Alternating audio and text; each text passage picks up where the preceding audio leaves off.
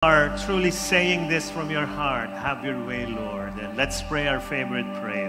In the name of the Father, and of the Son, and of the Holy Spirit. Amen. Together, today, I receive all of God's love for me. Today, I open myself to the unbounded, limitless, overflowing abundance of God's universe. Today, I open myself to God's blessings, healing, and miracles. Today, I open myself to God's Word, so I become more like Jesus every day. Today, I proclaim that I am God's beloved. I am God's servant. I am God's powerful child. And because I am blessed, I am blessing the world. In Jesus' name, amen. Thy Word is a lamp unto my feet and a light unto my path. We have been studying Deuteronomy for many, many weeks, and today we are going to the end of the story. And the big question is this: did Moses enter the promised land? Nakapasok ba si Moses sa lupang pangako? Na nagawa ba niya yung end goal ng kanyang buhay? That is the big question. That let the Lord reveal this to us. In Deuteronomy chapter 31, it says, I am now 120 years old. Sino may sabi nito? Yung katabi mo. Moses said, I am now 120 years old and I am no longer able to lead you. The Lord has told me, you will not cross the Jordan River. If you cross the Jordan River from where they were, from Egypt to where they were now, they have to cross the Jordan River. After the Jordan River is the promised land. And God told Moses, you will not cross the river. One big message of this talk is this: you have a mission. You need to believe in that. You were not born here on earth just to live. You have a mission.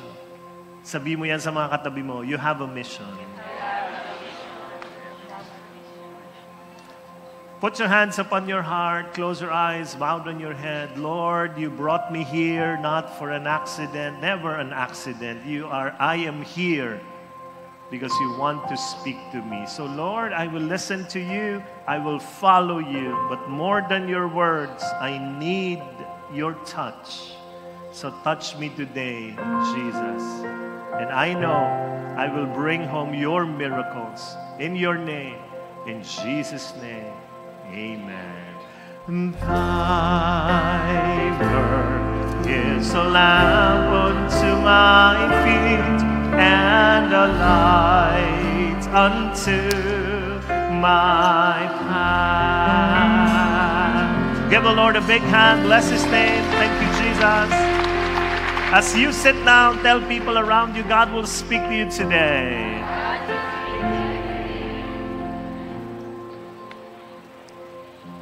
I would like to honor the drivers today. Kayong mga nag-drive sa pamilya niyo papunta rito, nahirapan siguro kayo pumila, at yung iba nag-park na sa banda doon. Maraming salamat po sa inyo. Palakpakan niyo yung mga nagmaneho sa inyo.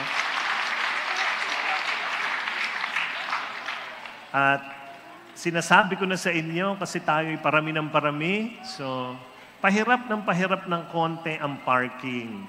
Kaya kasama po sa parking ang inyong walking pag kayo'y nag-park doon. Yung iba nagpa-park sa Wilcon. Yung iba gusto talaga maglakad, nagpa-park sa Cubao. Ganyan ho talaga rito, no? Para talagang may exercise na.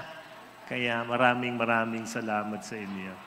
Let me continue what I'm trying to tell you about. Did Moses enter the promised land? Sino sa inyo rito nakanood na kayo ng pelikula, movie? You've watched a movie in your entire life. Taas po ang kamay. No? Kasi baka naman yung iba sa inyo, radyo lang talaga. No? Second question, nakanood na kayo ng movie na yung bida namatay. Di ba? Yung bida namatay. Yung ano na siya, yung pasakay na nung helicopter. Tapos kinain pa. Yung ganon, yung kala mo tapos na, tapos nahulog. Namatay yung bida. Ano naramdaman niyo? Nakakahinayang. Di ba? Sayang. Gwapo pa naman. Para mga paring gwapo, sayang. Pare. Alam niyo ba, hindi ito alam ng mga young people. FPJ, Fernando Po Jr., the king of action of the Philippines. Pag nagpelikula yan, ay, talagang bakbakan. Tapos palagi siyang panalo sa huli. Nagkaroon siya ng isang pelikula na hindi na inulit muli. Na yung direktor nag-decide na namatay si FPJ. Yung pelikulang ito, namatay ang bida. Namatay si Fernando Po Jr. Alam nyo, nangyari, yung mga nanood sa sinihan, sinunog yung sinihan. Walang biro, nangyari sa Mindanao. Kaya yung mga susunod, wag na natin patayin si FPJ. Siya palagi ay buhay. Nakakadismaya pag namatay ang bida. Deuteronomy is like that. Yung bida, sinong bida? Moses, namatay sa huli. Deuteronomy 34 says, so Moses, the servant of the Lord, died there in the land of Moab. Not Israel. Moab, just as the Lord had said. So pag inisip mo, ay, namatay. Hindi nakapasok sa lupang pangako. Talaga? Let the Lord surprise you. Because the Lord surprised Moses as well. Ginulat din siya ng Diyos. Imagine Moses, the hero, died before he could take his first step into the promised land. The hero doesn't reach the finish line or receive a victory procession. Wala. Hindi magandang pakiramdam. Hindi magandang palabas. Namamatay ang bida sa huli. But isn't this the picture of our reality? How many times have your plans not gone your way? How many times? May plano ka, hindi nangyari. Oh, sige, let's be honest. Huwag kayo mahiya, ha? Taas nyo lang kamay nyo, tapos everybody look around para makita nyo. Sino sa inyo rito natanggal kayo sa trabaho? Kayo mahiya? Ayan.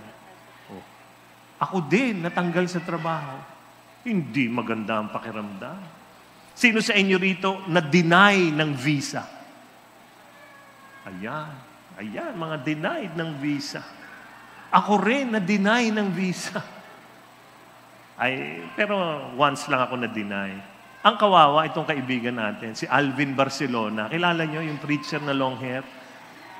3 beses na-deny ng American visa. Punta raw siya, first time, nag-apply, dala niya lahat documents. Pagbigay pa lang niya, tiningnan lang siya, denied. So siya takang-taka, hindi man lang binuksan. So siya talaga, bakit? So talaga sama ng loob niya. Tapos kinikwentuhan namin lahat, kasi brother, itsura mo eh.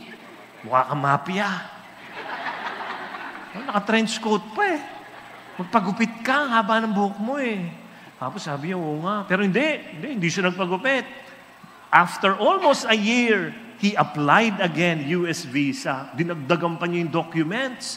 Alam mo, binigay niya, tiningnan, denied na naman. So hindi na niya alam bakit kaya. Tapos after almost a year, apply na naman siya. Punta siya. Tapos alam niyo kung gaano kabilis, nagulat siya eh. Sabi niya sa driver niya, baba mo ako, ihatid mo yung anak ko sa school, balikan mo ako after a few hours. Kaagad ha, paghatid mo, malayo yung school ng anak, balik ka. Alam niyo, pagpasok niya, pag-abot niya ng document, hindi na naman tiningnan yung document, book, denied. Mukha niya talaga. Alam mo, sama ng loob ni Alvin, paglabas niya nung embassy, wala pa yung sundo niya. Kakadating lang sa school, so ang tagal pa makabalik. Sabi niya, uwi na lang ako mag-isa. Eto na. Nag-commute. So, sasakay siya ng MRT sa Taft. Eto na. Bili siya nung ticket, yung card ng MRT. Pagbili niya, pag gano'n niya, denied. Sabi niya, denied na nga lahat, pati ito, denied pa rin. No? Life is difficult. And the Bible does not sugarcoat it. Bible tells us, life is difficult. Young people who are here, you need to know, because we know already as old people, hindi madali ang buhay. Mahirap. Kaya lang, itong life is difficult. It clashes with the ideal life that modern people want today. Bumabangga yun sa nais natin. Kasi naman, if we are given a choice, di ba? We want our life to be a, listen, vacation. We want our life to be a vacation. Ano yung vacation? Di ba pag nagbakasyon ka, ay, salamat, walang trabaho. Kain na lang kahit anong gusto. Maligo, matulog, magising, kahit anong vacation ng buhay. Yung buhay natin ngayon, actually, many worship these twin gods. Comfort, convenience. Yan ang sinasamba nating dalawa. Comfort, convenience. Magkamukha yan. Kaya pag hindi komportable, hindi kumbinyente, ay, naiinis tayong lahat. Tayong lahat, ha? Hindi kayo. Kahit akong pinakabanal dito. Pagka hindi convenient, hindi comfortable, di ba? And we complain. Nagrereklamo tayo. Pag nasasaktan tayo, nagrereklamo tayo. Sa isang classroom, yung teacher, tinanong yung mga students niya, sabi niya, class, ano ang kaibigan para sa iyo? So tinuro niya si Robert, ano masasabi mo? Ano ang kaibigan para sa iyo? Sabi ni Robert, ma'am, kasama in good and bad times. Oh, very good. Sergio, tinuro yung isa. Ano ang kaibigan para sa iyo? Sabi ni Sergio, sabihan ho ng secrets, pero walang judgments. Yan ang kaibigan sa akin. Oh, very good. Tapos tinuro ni teacher si John. John, ano ang kaibigan sa iyo? Alam mo, si John, lungkot na mukha. At sabi niya, sa akin po, ang kaibigan, ang pinakamasakit na tawag sa akin ng taong mahal ko.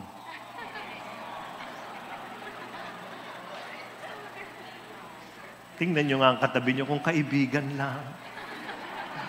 Diba? Pag masakit, ayaw natin. Sipin nyo, kung walang hirap kahit konti, talaga bang masaya ang buhay mo? Sige, samahan niyo ako. Nagbasa ka ng libro o nanood ka ng isang pelikula, tapos ganito ang kwento, ha? Tingnan niyo kung matutuwa kayo. Once upon a time, a prince and a princess met, and they fell in love, and they lived happily ever after. The end. Matutuwa kayo? Yung habang the end, oh, cute! Katuwa. Wala! Bakit? Walang challenge. Sikuhin mo yung katabi mo, sabihin mo, walang challenge. Kaya pag kayo'y nag-i-exam sa buhay o nag-i-exam sa tunay, sana may challenge. Parang ganito. Tingnan nyo. Madali lang naman ang exam. Ano ang right? Tama, kanan, o karapatan? Good luck. Ha? Ba yung iba, para sasagutin nyo pa talaga. No? Itong isa, tinanong, aralin panlipunan. Madali lang daw. Saan binaril si Rizal? Luneta o sa likod? Kaya maiyak-iyak ang sumasagot. Ito talagang lalo siyang umiyak. Ito na, madali lang daw ang exam. Ano ang English ng sugarcane, pipe, profit, o interest? Kayo na mag-isip niyan. Ha? Ahirap. Ahirap. Pero pag walang challenge, di ba?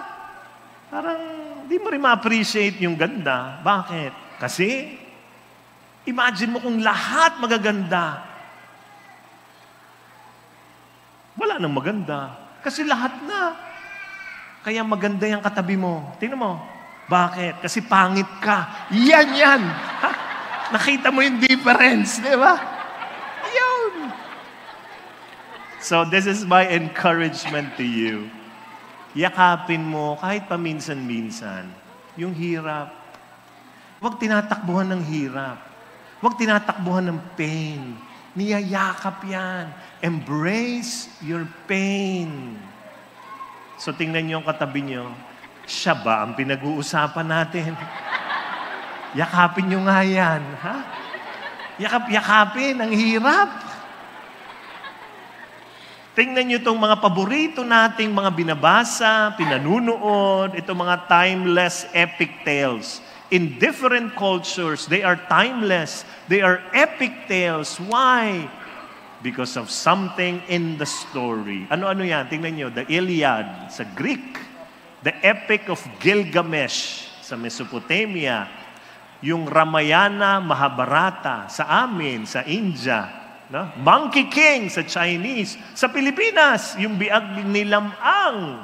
Ay, anong meron dyan? Bakit gustong-gusto ng tao basahin yan? Oh, let's go to our world today, our modern world. Lord of the Rings, Narnia, Avengers, Justice League. Anong meron dito? Challenge. May challenge. That is why the reason why these stories have become epic is because it stirs something deep in us that we believe in. And what is that? We believe that God designed us not for pleasure, but for purpose. Not for pleasure, but for purpose. Tingnan niyo yung mga pinakita kong mga kwento. Ito yung summary halos nila no? A hero lives a comfortable life. Aalis siya sa komportableng buhay, sa pleasure life. Aalis. Embarks in a long journey and experiences many trials for the purpose. May layunin. Ano yon? Iba-iba. Pwedeng to find a treasure, to kill a dragon or a monster or an enemy, or to save a princess. Iniwan yung komportable, humarap na maraming challenges, kasi may layunin na gagawin. Kaya gustong-gusto natin yung mga ganyang kwento. Just like Moses. Remember, Moses was a prince of Egypt. Nung naramdaman niya, parang hindi ako talaga ito eh. Ibang identity ko. Iniwan niya yung pagiging prinsipe. And he became a shepherd in Midian. Nung nasa Midian na siya, nakausap niya ang Diyos sa Mount Sinai. And God gave him a purpose, a mission, to free his people in Egypt. So he went back, battled the Pharaoh, inawa yung Pharaoh, rescued God's people, led a nation through the wilderness for 40 years. But at the very end of that journey, he could not enter because he died. Kala ko maganda yung ending. Bakit ganon? What is God asking you? This is what God is asking you in the story of Moses. When things didn't go as planned, can you still trust that God is still in charge? Kung hindi nangyari ang plano mo, naniniwala ka pa rin ba na si Lord ang Diyos ng mga Diyos? You know, as early as the book of Numbers pa lang, wala pang Deuteronomy, Numbers pa lang, God told Moses already, you will not enter the promised land. That is why at the beginning of Deuteronomy, God told Moses those words again. Sabi niya, take a good look. Tingnan mo, yung lupang pangako. But you may not cross the Jordan River. Tingnan mo na lang from afar. Hindi ka makakarating doon. So this is what you do. Commission Joshua. Sabi niyo nga, Joshua. Si Joshua is very important. Siya ang papalit kay Moses. Commission Joshua and encourage and strengthen him, for he will lead the people across the Jordan. He will give them all the land you now see before you as their possession. Kaya si Joshua, bata pa, tinitrain na ni Moses. Kasi alam niya, siya ang papalit sa akin. Siya ang magdadala doon. Kaya at the end of Deuteronomy, Moses tells Joshua these words, "Be strong and courageous." Can you say those words? Very, very important words, ha? Be strong and courageous. Sinasabi ni Moses kay Joshua, pero itong maganda. Tingnan niyo, sabi ni Moses, "Do not be afraid, discouraged, for the Lord will personally go ahead of you. He will be with you. He will neither fail you nor abandon you." You know, two things I really, really like about Moses. This is the first. God told him of his ending. His ending will be death outside the promise. But look at the advice, encouragement of Moses to Joshua. Anong sabi niya? Joshua, hindi ka iiwan ng Diyos. Grabe, no? Pero tingnan mo yung ending ni Moses. Alam niya, iiwan ako ni Lord. Pero anong sabi niya? Hindi. For Moses, life ends in death outside the promise, but he did not look at it as a curse. Why? Because he recognized that God was with him throughout his entire journey. Kasama niya ang Diyos simula't sa pool. Kaya sabi niya kay Joshua, hindi ka iiwan ng Diyos. Kahit ano pa ang ending mo, sasamahan ka niya yan dyan. Tapikin nyo nga yung tatlo nyong katabi. Sabihin mo, kasama mo ang Diyos. Go, kasama mo ang Diyos. Kasama mo ang Diyos. Tapos itong hindi alam ni Moses, na alam nating lahat. Ha? Kasi tayo ay nasa future na eh. Pero nung panahon na yun, hindi niya alam. Ano yon? May sorpresa ang Diyos sa kanya. Sabi ni Lord sa kanya, Moses, dito ka na lang. Hindi ka makakapunta doon.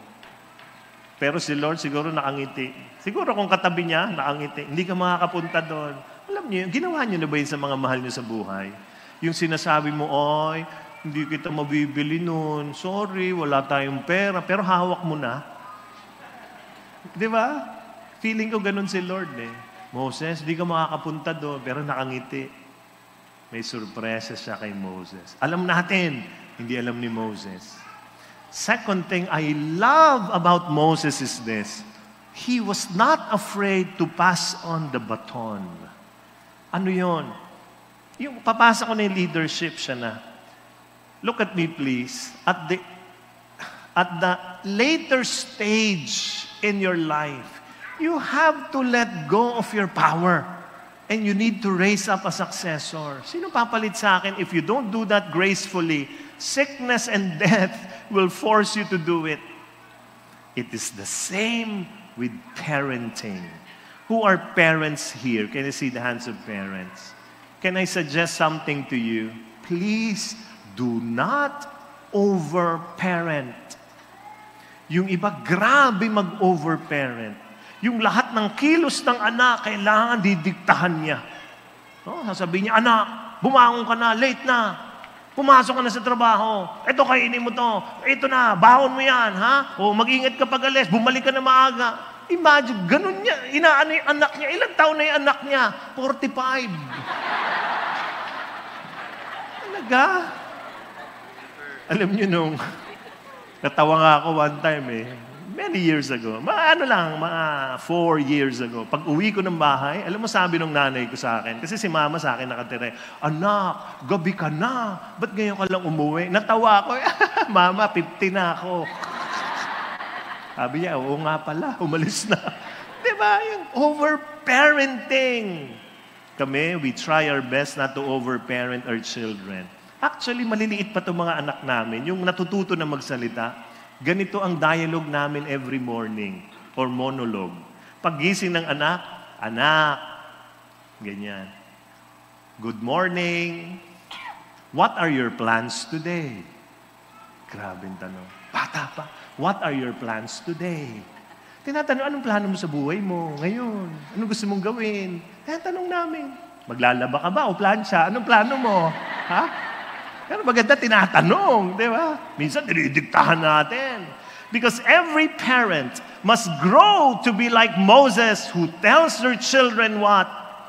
Be strong and courageous, because the Lord will go ahead of you. May exam, anak. Be strong and courageous. Hindi yung may exam, anak. Pag hindi ka bumaksak, huwag mo akong tatawagin, mami. Pagbalik nung anak, kumusta exam? Okay lang, mare. Be strong and courageous, for the Lord will go ahead of you. Sino sa inyo nag-aalaga na kayo ng mga magulang niyo? Yung parang kayo na ang parent. Taas ang kamay, okay, mahiya. Ayan. Di ba? Napansin nyo, yung mga parents, 70, 80 years old, titigas ng ulo. Umakit sa bubong. Ba't kumakit sa bubong? Oh, father-in-law kumakit sa bubong. Pinipicture ng kapitbahay namin. Pinapadala sa amin. Si Tito, umakit ng bubong. Ano ginagawa yun sa bubong? Wala lang. Ayos doon. Huwag din kayong over-caring. Kayong mga nag-aalaga, huwag over-caring. Yung ibang over-caring sa magulang. No? Parang itatali mo na lang. Huwag kayong lalabas. Ano ngayon? Huwag kayong pumunta dyan. Huwag kayong kumain niya. Over-caring. Sobra. Pag sasabihin mo pa sa magulang mo, pag sumakit ho ipin nyo, wheelchair ka agad.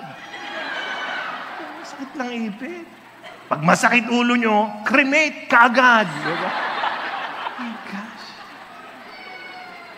The word should be strong and courageous. So if you're a parent, do not overparent. Actually, support your children. Tingnan nyo. Kasi yung iba, tingnan nyo ako Ito yung talagang pinag-usapan namin mag-asawa. Hindi tayo pwedeng kontra ng kontra sa ating mga anak. May mga magulang na ganyan kontrabida. Yung mga kontrabida, ang sarap ipakain sa buaya yan Kaya pansinin nyo, pag layo ng layo sa inyo mga anak nyo, kasi kontrabida ka na. Lahat na lang ng kibot nila mali. Lahat ng ipakilala, bruha. Diba? Lahat ng ipakilalang lalaki, impacto. Diba? Lahat na lang kontra. Naglaro ng computer, masama yan. No? Magugulat ka. Isang araw, kakalaro ng computer, kaka-YouTube ng anak mo. Isang araw, lalapit sa'yo, may dalang cheque. Ano yan? Binayaran po ako ng YouTube, 100,000. Anong sabi mo? Mag-computer ka na lang, anak! Kontra ng kontra. Merong isang daddy, nilapitan ng kanyang anak. Binata at sabi, Dad, may competition po sa Japan. Gusto ko pong pumunta, lalaban ako. Sabi nung daddy, anong competition niya? Basta ho. Basta ho. Anong competition? Basta ho. Sama ho kayo, tayong dalawa. Pero wala akong pamasahe. Support me naman. Yung daddy, very supportive. Sige, nagkuha ng mga savings, lipad silang Japan. Pagdating nila, nagulat yung daddy. The competition was in one coliseum. Punong-puno ng tao. Anong competition? Ito pala ang competition. From different countries, magdadala sila ng kakaibang hayop. Kakaiba. Ipapakita nila yung hayop na yan. Tapos ang winner ay ito, kung saan makakarinig ng napakalakas na palakpak. Yung tatay talagang grabe. No? Nagulat siya. Ba't ako sinali rito? No? Sige, support. Eto na. Ang unang sumali, African. Ang dala niya ay napakalaking leon. Palakpakan mga tao. Pero hindi ganun kalakasan. Ang susunod na dumating, Chinese. Yung China, representative, ang pinakita, dragon. Ay, lahat talaga, oy, grabe, no? Pero okay lang. Nako, eto na. Yung anak niyang Pinoy, may dalang sako. Siya na Alam mo, binuksan niya yung sako. Pagbukas ng sako, maya-maya, lahat ng tao sa Coliseum, palakpakan talaga. Bakit? Ano yung binuksan niya? Anong hayo? Mga lamok.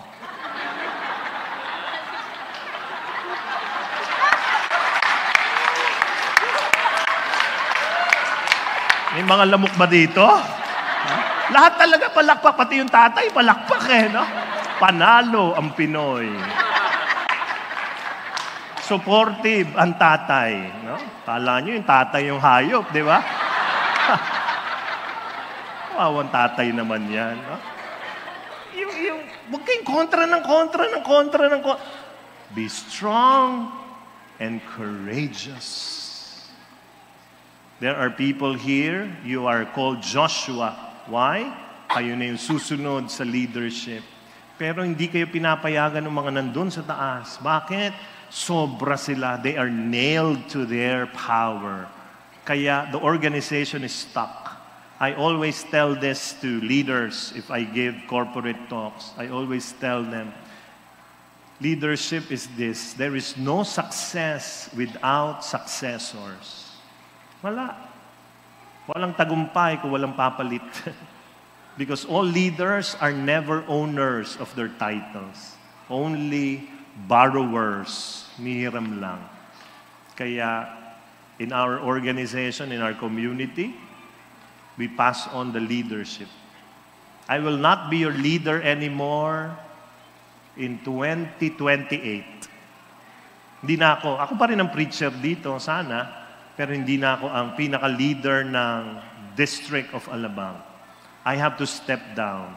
Kasi meron kaming part of our policy yan. 9 years ka lang pwedeng district builder. And 2 years na lang akong regional builder. So if you don't know yet, years ago, Brother Bo, our founder, gave the leadership to me. Ako ang pumalit na leader. At si Bo ngayon na hindi na leader. Ako na ang leader ni Bo. Tingnan niyo kung gaano ka-humble yung taong yan. Nag-retire early. Para to pass on the baton to the next. Yung mga younger leaders. Ako yung mas bata pa kay Bo, ha? Kala nyo ako matanda sa kanya. No? Tsura lang yun, no? But he is years older than me. But he gave the leadership to me. I cannot forget this. I was in Australia. He was in London. He messaged me a very long message telling me, I prayed, the Lord is telling me that you will be the next leader. I'm passing this leadership to you. I believe. Haba! Alam mo, sumagot ako. Simple. K. Wala nang arte. K na lang. Diba? Bakit? It was his dream to step down in leadership as young as he can. And now he is giving it to me. Alam mo, mag-aarte-arte pa ako. Magsasabi pa ba ako, I'm not worthy. Hindi ako magaling. K na lang, K. Hindi na siya sumagot. Naintindihan niyo? Tapos we have been telling Brother Bo, hindi ka na leader. Anong title mo? Nothing. Hindi kami pumayag. Sabi namin, hindi pwede. Ang title mo is founder. So the title founder came from us, not from him. Hindi niya sinabi, ako founder. Ilagay niyo. Napaka-humble ng taong ito. Kami ang namilit. Ayaw niya. Hindi siya papaya. Hindi. Ako ang leader niya eh. Sumunod ka sa akin. Sumunod ka sa akin, ikaw ang founder. Okay. So siya ang founder. So every time you hear we mention the word founder, you know where it came from. Not from him. Naalala niyo ang Kerygma Conference? May pangalan yan eh. Bo Sanchez, Kerygma Conference. Sabi ni Bo, tanggalin niyo na yung pangalan ko. Kerygma Conference na lang. Hindi kami pumapayag. Bakit? Conference mo yan eh. Every year, wag na lang yung pangalan ko. Wala, hindi namin pinapayagan. And then one day, sabi niya, palitan natin yung Kerygma Conference. Feast Conference na lang. Di nawala yung pangalan niya. Marunong. Hindi siya naglalagay ng sarili niya ron. If you're a leader, try passing it on. Raise new people. Kayo naman mag-shine sa stage. Kayo naman ang bida. Natatakot lang talaga tayo na pag meron tayong kasama sa opisina, na bata, na gumagaling, ayaw natin kasi baka palitan tayo. Alam niyo, pag gano'n, your organization will be stuck forever. Let young people rise up. Guide them, but let them shine. Tingnan niyo yung katabi niyo. Sabihin mo sa kanya, shine.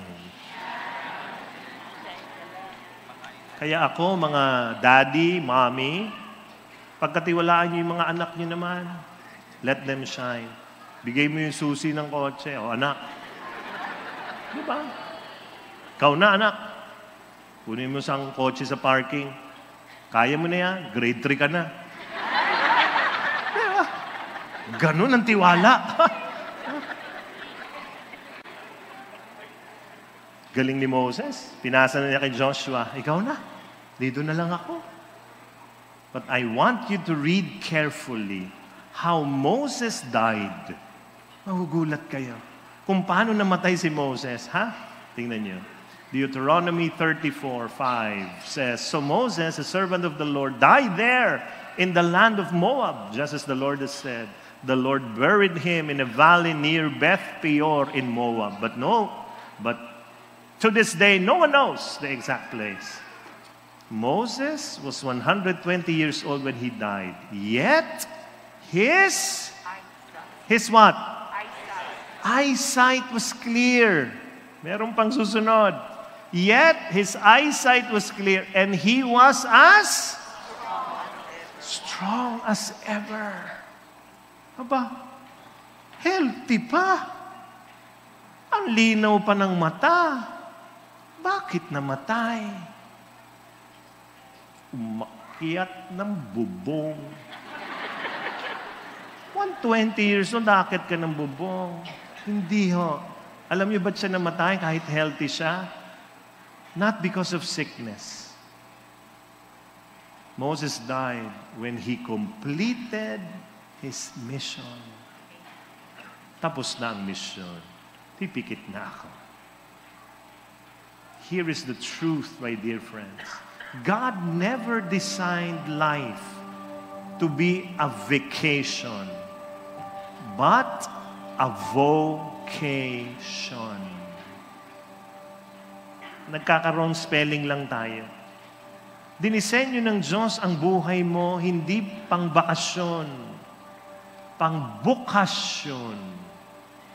God designed your life to be a missionary expedition. A quest. It is a calling. It is a calling, not a vacation. Kaya, stop pursuing happiness.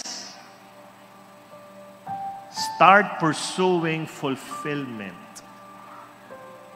Because happiness is overrated. Overrated yan. It's fulfillment that will make you truly human and truly happy. Not happiness, not comfort, not convenience. Kaya kahit nahihirapan ka, labang ka pa rin, bangon ka pa rin, tutuloy ko pa rin to. Bakit? Fulfillment. May nangyayari sa ginagawa ko. Ito ang tawag ng Diyos sa akin. Kaya itong tanong, what is your mission? Have you found out already? Alam mo na ba? Sana. Second, are you fulfilling your mission every single day? And believe me, each and every one of us here, each person will have different answers. Iba. Remember this. Your mission is connected to your giftedness. Ano yung galing mo? It is also connected to your personality.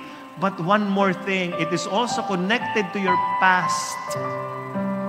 And your calling is unique. Tapikin mo yung katabi mo, sabi mo, your calling is unique. Go. Your calling is unique. Your calling is unique.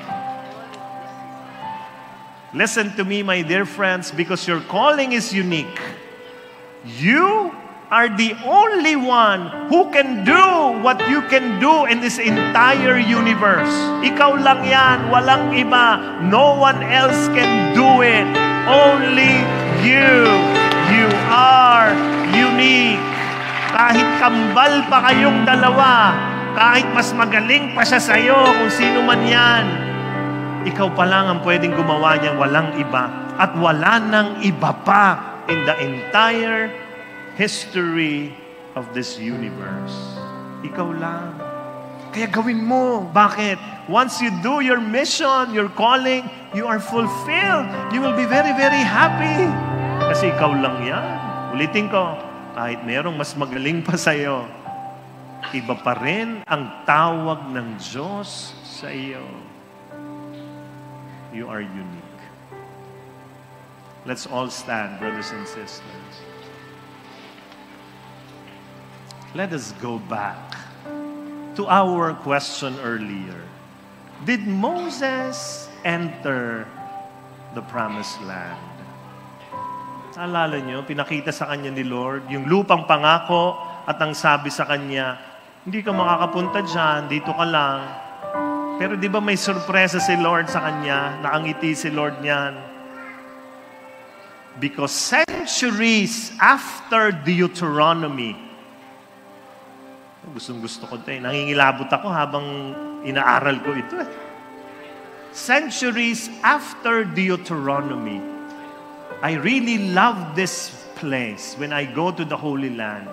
Every time I'm there, I had goosebumps. For me, that is really, really holy ground. Centuries after Deuteronomy, Jesus went up this mountain. Jesus went up this mountain. And this happened.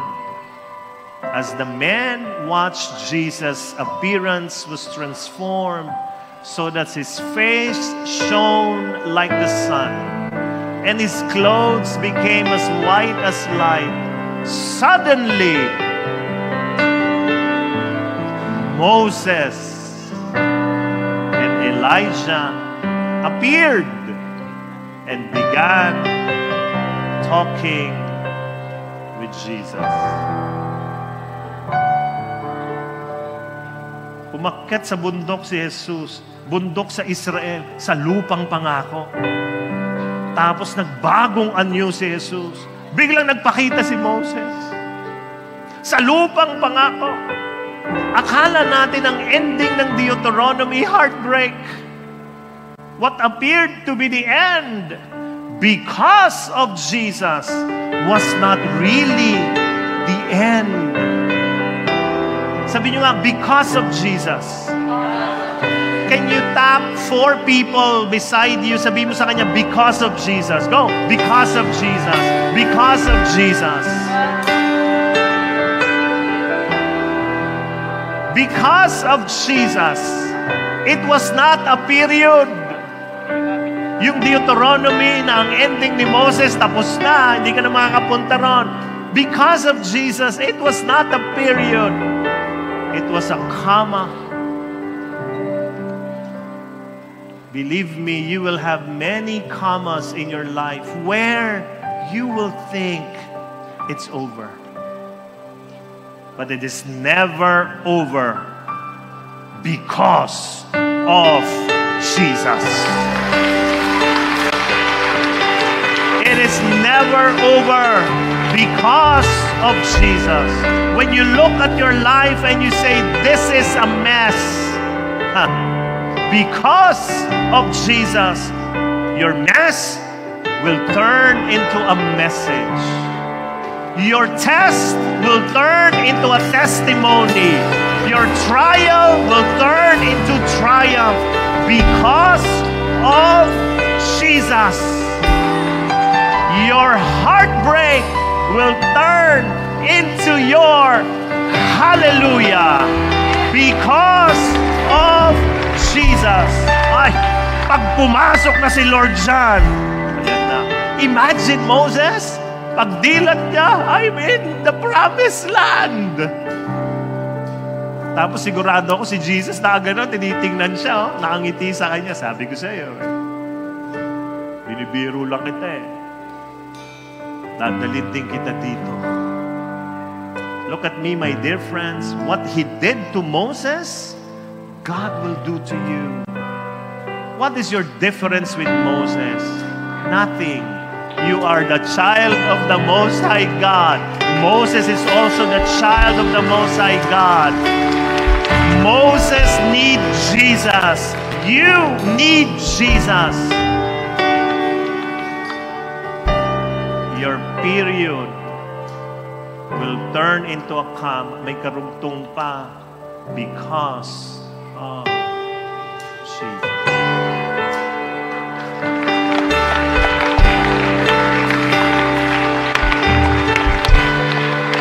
Close your eyes, bow down your head.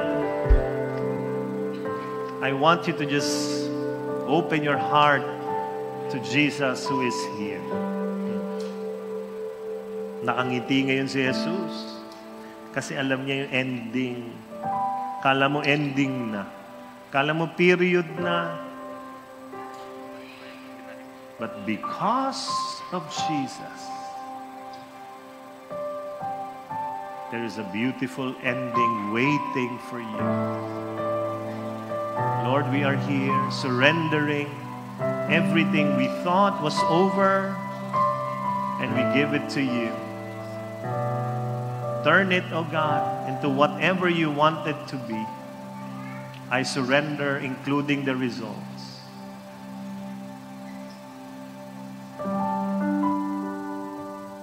Surrender, my dear friend. Your situations of hopelessness, surrender them to God.